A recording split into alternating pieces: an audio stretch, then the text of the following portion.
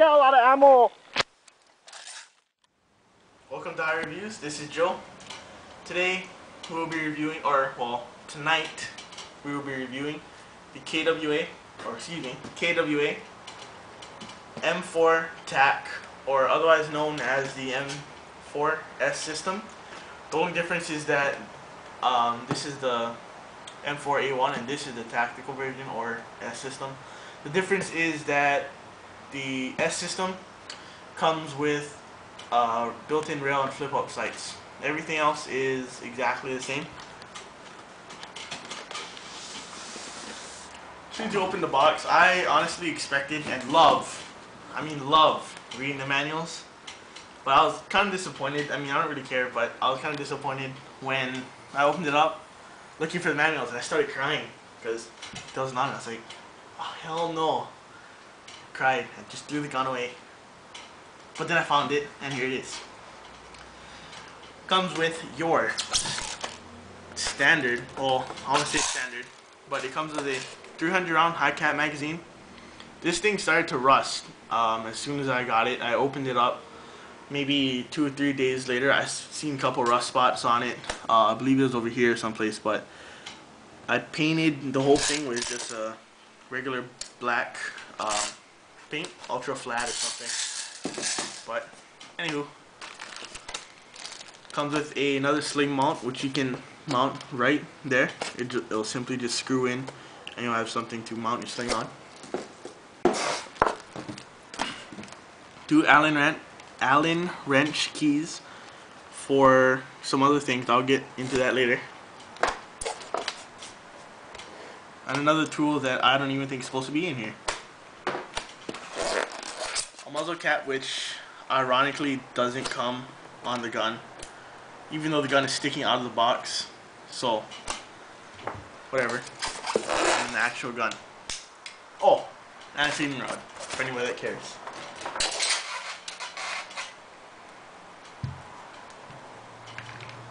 Here it is. Such a beautiful thing.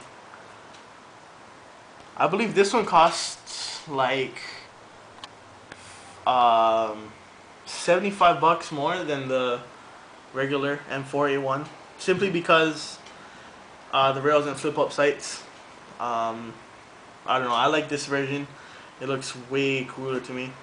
I was originally gonna get the Tokyo Marui one. The only thing is that I don't know, like it's full plastic, like the normal. Another reason why I didn't get the Tokyo Marui version is that it doesn't come LiPo ready, which was kind of a disappointment for me. Even though at this moment in time I do not have the a LiPo ready. Oh, whoops, a LiPo battery. However, once I get some money, I just got paid today, so I should be able to go get one soon. Let's start from the back of the buttstock. This is a full plastic buttstock with a metal sling mount, 6-position stock. This I forget what this is called, but this thing is plastic. Gas release is plastic. Here's one of the flip-up sights. Another thing about this gun, I don't know if it's just the quality or I just got a bad one, but wait, there's this pin here. It'll be right in there when you do get yours. Mine, something happened and it broke off, but I found it. It'll clip back and it'll just sit like that. So I mean, it stays in place. However, mine did break, but it's not really a problem for me. Pull the charging handle back to reveal the hop-up. It's a wheelbase hop-up. You turn it to, I believe it's the right for more hop-up and the left for less hop-up. Dust cover is full metal, spring-loaded if you even care. But honestly, it's really fun to pull back because you can do this thing all day. It won't be breaking. This gun is pretty good quality, besides the little minor defects. Down to the mag release.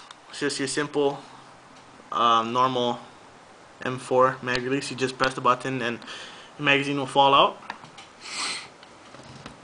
The trigger is a metal, or I believe it's metal. Feels metal, but it's very. Wait, it's good. I mean, I don't know what else to say about it. If you have gloves on or big fingers and your finger can't fit in here, you can pull this down.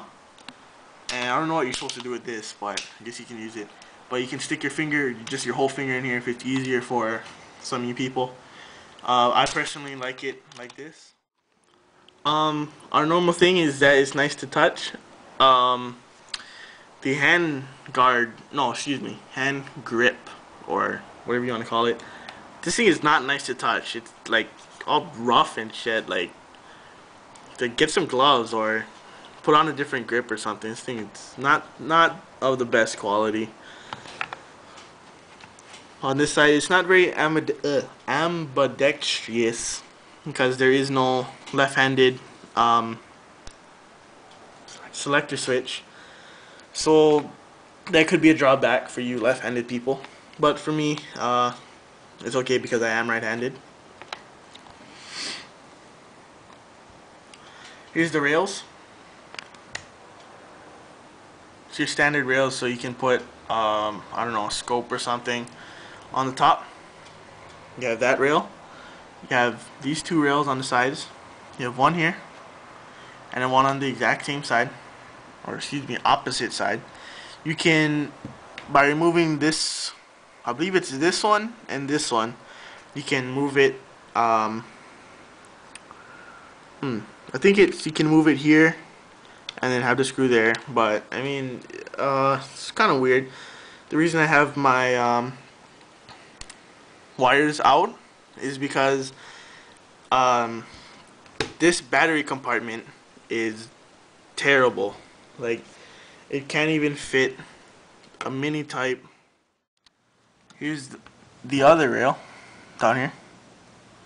You can put a laser, flashlight, or whatever you really want to. Here's the front flip-up sight. There's a button located on this side. It says to release it. So all you do is you just press it in and fold it down. It'll snap right into place.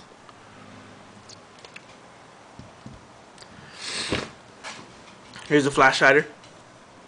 You can take it off. It is a, I believe, a 14mm counter clockwise. So for mine, I got this silencer. It really does work. It cost me like $60, but it's I don't even know what the brand is. It's all in Japanese, but it really does work. I'll make a video on it, on the differences between with and without. So that's another thing that's up to come. Another thing I want to point out is that for this gun, you really, oh no, I think that you don't really need it, but it helps a lot when you have a foregrip on it. It just feels a lot better, and I don't know, it's just way better with the foregrip.